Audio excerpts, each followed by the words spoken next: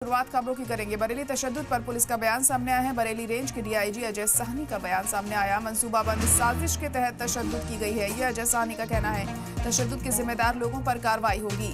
मौलाना तौकीर रजा पर एफआईआर दर्ज होगी और वीडियो फुटेज सबूत है, अजय साहनी ने ये कहा है। तो मंसूबाबंद तशद्दुद देखने को मिला है यहाँ पर, यह अजय साहनी की तरफ से कहा गया। बरेली तशद्दुद पर पुलिस का बयान सामने आया। बरेली रेंज के डीआईजी अजय साहनी ने बयान दिया है। मंसूबाबंद साजिश के तहत ये तशद्दुद देखने को मिला। तशद्दुद के जिम्मेदार लोगों पर कार्रवाई होगी, ये उन्होंने साफ किया है।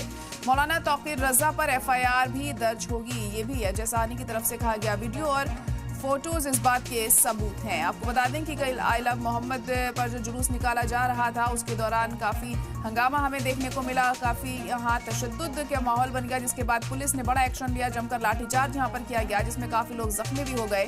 हालात उस दौरान काफ़ी ख़राब हो गई। उस वक्त की तस्वीरें भी हम आपको दिखा रहे हैं, किस तरह से भारी भीड़ यहाँ पर जुटी थी इस जुलूस में। आई लव मोहम्मद जुलूस को लेकर इस मुहिम के तहत ये जुलूस निकाला जा रहा था, क्योंकि कानपुर में जो आई लव मोहम्मद पोस्टर पर कार्रवाई हुई है, उसी के मद्देनजर अलग अलग शहरों में जुलूस निकाले जा रहे हैं। आई लव मोहम्मद हाथों में उन पोस्टर्स को लेकर जिसमें लिखा हुआ है आई लव मोहम्मद, और इसके मद्देनजर बरेली में भी ये जुलूस निकाला गया। आपको बता दें कि तौकीर रजा ने इस बात का ऐलान किया था कि ये जुलूस निकाला जाएगा, और उसके बाद जब ये जुलूस निकाला गया, खासी तादाद में इसमें लोग जुटे, जैसे कि आप तस्वीरें देख सकते हैं। और जब हालात बेकाबू हुए तो पुलिस ने यहाँ बड़ा एक्शन लिया।